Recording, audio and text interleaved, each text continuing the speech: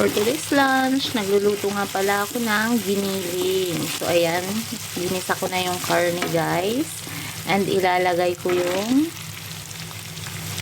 carrots. Then, lalagyan ko ng ketchup. Then, onting tubig para maluto yung carrots.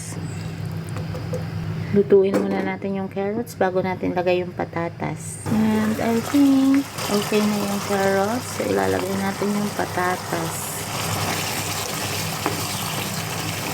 At lalagyan din natin ng magic sarap, pampalasa. And ito, mixed herbs, pampabango. And of course, pepper. Lutuin natin yung patatas. After 10 minutes,